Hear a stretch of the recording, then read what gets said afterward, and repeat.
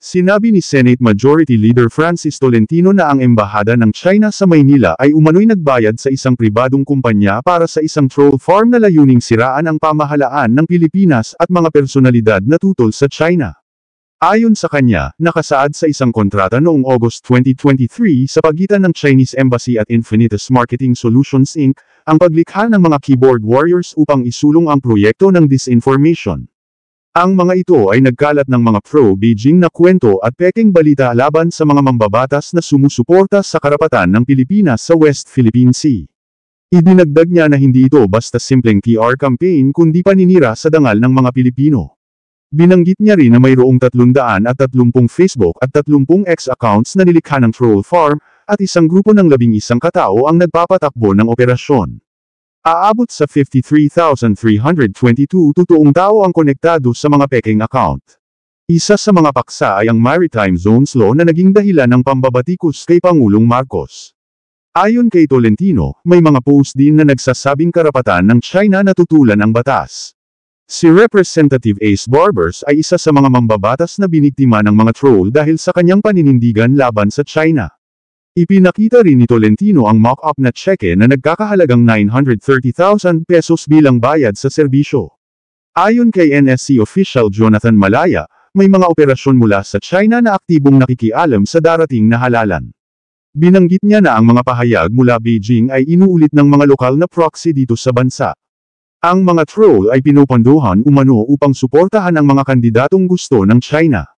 Lumabas sa survey ng SWS na 78% ng mga Pilipino ay pumapanig sa mga kandidatong matatag ang paninindigan sa West Philippine Sea.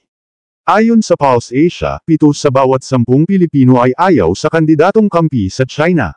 Sinabi rin ni Malaya na may higit 10 pro-China na influencer sa Pilipinas at China. Ayon sa COMELEC, sumailalim sila sa cyber attacks na layuning sirain ang tiwala ng publiko sa halalan. May mga bots at troll farms na naglalayong sirain ang kredibilidad ng COMELEC. Nakapagdala sila ng libo-libong hacking attempts matapos ilunsad ang online precinct finder. Binaliwala ng China ang mga ulat na nakikialam ito sa midterm elections ng Pilipinas. Sa regular na press briefing nitong Huwebes ng gabi, tinanong si Foreign Ministry spokesperson Guo Jiaquan ukol sa pahayag ng gobyerno ng Pilipinas na may mga indikasyon ng pakikialam ng China sa halalan sa May 2025.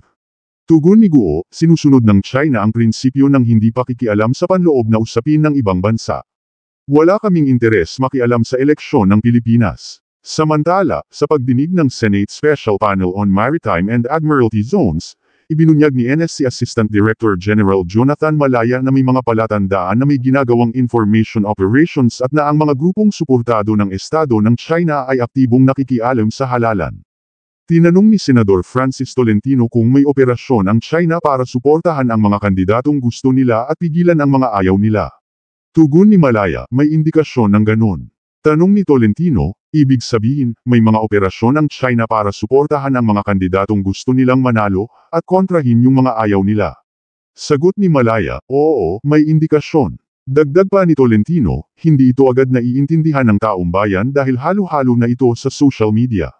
Hindi mo na alam kung ano ang totoo. Sumang-ayon si Malaya, tama po kayo. Bukod dito, ibinunyag din sa naturang pagdinig ang umano'y troll farm ng Chinese Embassy sa Maynila na may layuning sirain ang reputasyon ng gobyerno ng Pilipinas at mga personalidad na anti-China.